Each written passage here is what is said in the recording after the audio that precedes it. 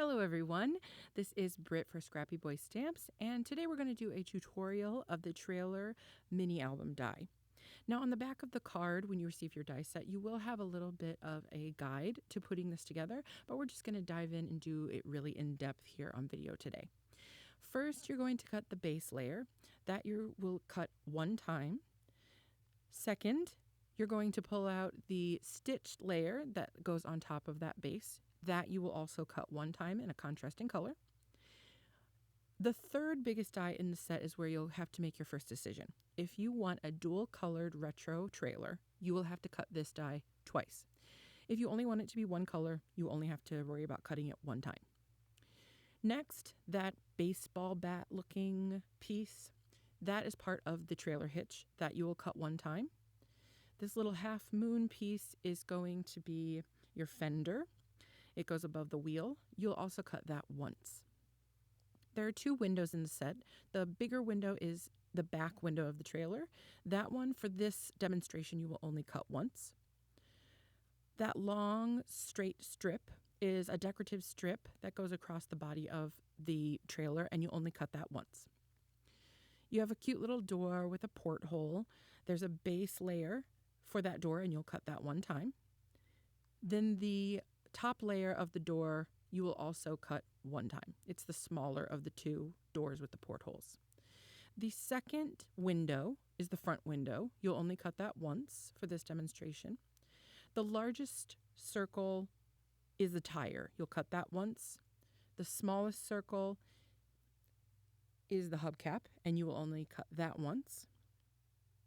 And then the wheel wall of your tire, that is the second largest circle, and you'll cut that once. And there's sort of a little multi-die. It has lots of little pieces to finish off some of the finer details of this design, and you'll cut that one 2 times, maybe 3 times if you really want to do a lot of different colors on those pieces, but 2 times is the minimum amount. And then the little porthole for that door you will cut once. All right, our first step is to take the base layer and the stitched base layer, and you're going to use, I would recommend using liquid glue. That'll give you a little wiggle room. The margin of the outline for these two pieces is really fine. They were designed to be really close together, so you'll need that wiggle room to make sure that the outline is even. The second step you only need to do if you've decided that your trailer is going to be 2 separate colors. If you want the body of your trailer to just be one color, you can skip this next step. Since we're making a 2-tone trailer, I am going to take a piece of low-tack tape and then my 2 identical die cuts, and I'm going to stack them one on top of the other one. No offset, no anything. They're going to be lined up perfectly. And then I'm going to make sure that they're attached to each other using my low-tack tape. Now, when you do die surgery the way that we are going to do with this piece, it is important to audition the smaller pieces that you will eventually layer on top of that larger piece. And that's because if you don't let yourself see where those things line up, it's very easy to cut a little bit too high, to do your surgery just a little bit higher or lower than where it needs to be. And the horizontal and vertical measurement of those windows doesn't change. They're always going to stay the same. So you definitely want to make sure that the place that you are eventually going to cut is going to be low enough to allow your windows to sit where they're designed to sit. So I use that cross decorative piece, that long decorative piece that we cut. I use that to make little marks across our little stack of die cuts. And then we're going to take both of them connected to each other and make one cut all the way through. And you can do this with whatever kind of trimmer you have.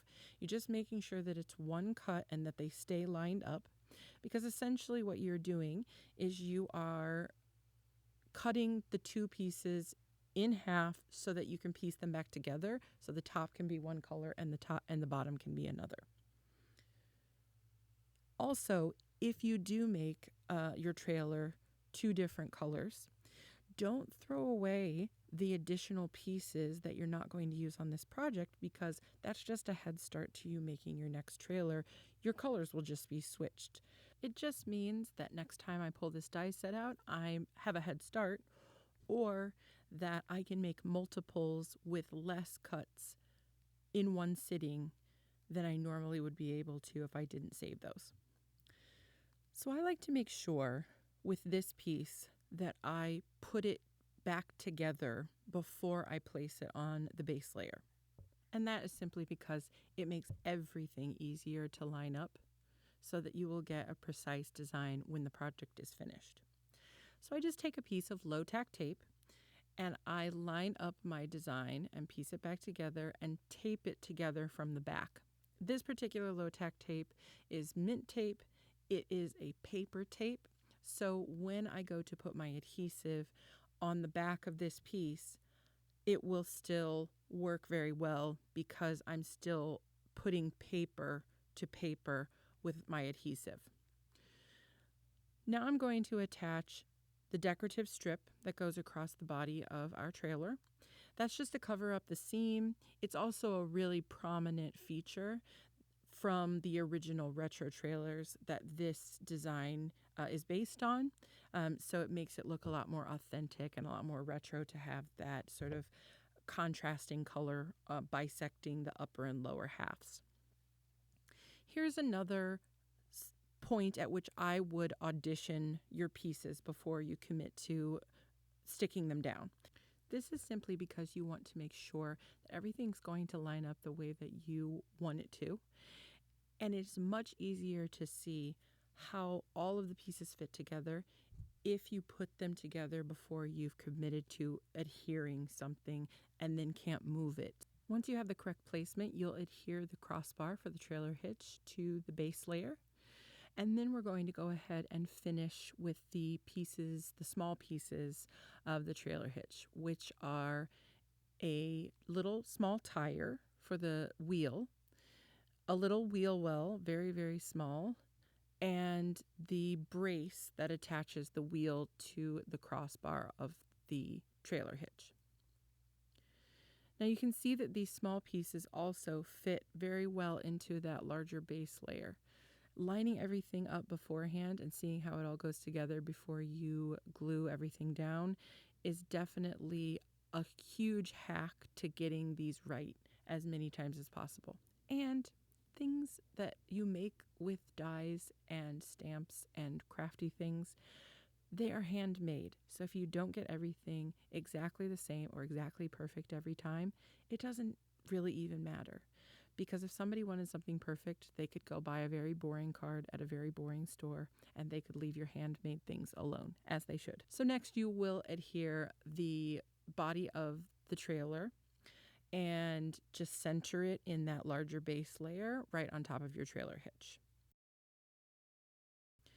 We'll put on our tire first as we're building the larger wheel of the trailer. Circles in particular are a great reason to use this liquid adhesive because I always find that I have to have a little wiggle room to get an even outline when I am stacking circles. And for this one, because so many of the circles are stacked on top of each other, it definitely helps you get an even looking wheel or any other round layered shape, more realistic if you can have a little wiggle room when you're placing each piece. Right there on the edge of the wheel well, you'll put the fender, and then we're going to move on to the door. You're going to layer that smaller door piece right on top of that door base. And then we're going to use a very similar technique to attach the little circle that goes inside the porthole of our trailer door. So I'm going to go back to my low-tack tape and I am going to attach that window with my tape. So I'm cutting off a little square of it and I'm going to turn over my light piece or my porthole piece and position it on the sticky side, front side up. And then I will position that door piece over it so that porthole now has an interior light coming from inside of the trailer. Then one of the small pieces from that small multi-die is the handle of your door. And your door can open on the left or the right. It doesn't matter. It's totally up to you. A lot of doors in the United States, you do reach across your body. And so that door would open from the left toward you to the right. In that case, your handle piece would go to the left of the door. The last two pieces before our trailer is completely done, the back and front windows.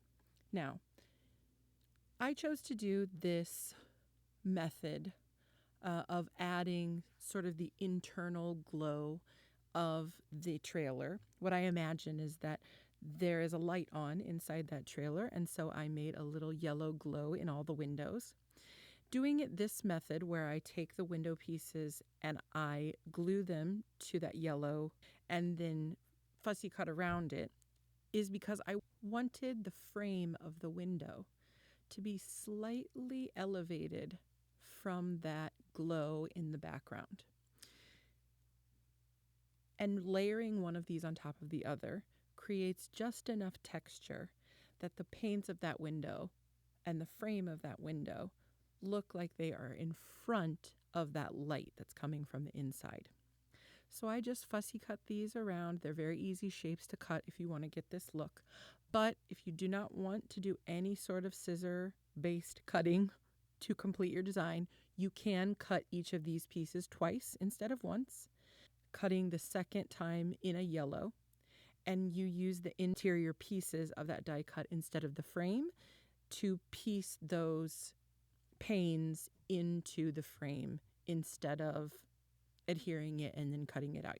And that is the trailer done. I wanted to show you really quickly how you could get very nearly a full pane shaker with the dies included in this set.